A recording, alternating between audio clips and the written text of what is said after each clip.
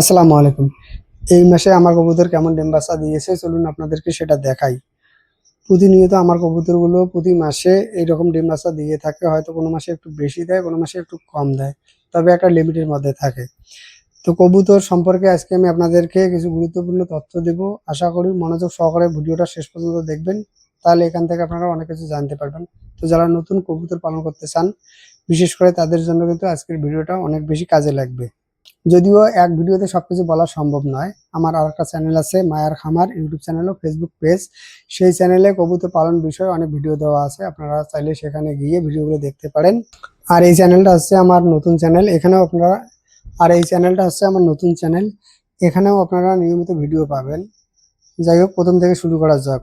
প্রথমে বলতে হয় আমার এখানে কতগুলো কবুতর আছে।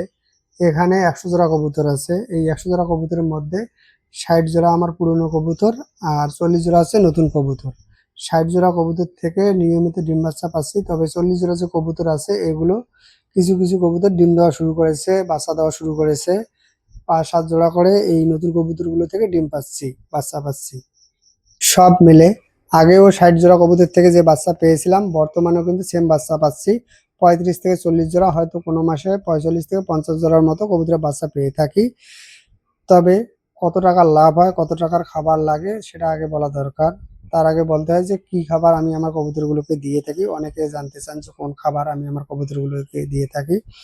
সাধারণত বর্তমানে কবুতরগুলোকে 4 ধরনের খাবার দেওয়া হচ্ছে: ধান, গম, সরিষা, ভুট্টা। 3 ধরনের খাবার দিয়েও কিন্তু কবুতর পালন করা যায়: ধান, গম, সরিষা। এতেও কিন্তু কবুতর থেকে ভালো বাচ্চা পাওয়া যায়, যেটা দীর্ঘদিন ধরে আমি পালন করে আসতেছি। এতেও কিন্তু ভালো রেজাল্ট পেয়েছি। কিন্তু ভুট্টার দাম একটু কম হওয়ায় নতুন করে ভুট্টাটা অ্যাড করেছি, এটা দেখার জন্য যে এই ভুট্টা দিয়ে কবুতর পালন করে কবুতর থেকে কেমন বাচ্চা পাওয়া যায়। বর্তমানে এগুলোর জন্য খাবার খরচ লাগতেছে 3 থেকে 3.5 হাজার টাকার মতো। অনেকে হয়তো সেটা বিশ্বাস করতে চাবেন না। আমাদের এখানে কিন্তু খাবারের দাম অনেক কম। আমার ঠিকানা আছে পশ্চিমবঙ্গের কুচবিহার ডিস্ট্রিক্ট। অনেকে আমার এই ভিডিওগুলো বাংলাদেশ থেকে দেখেন।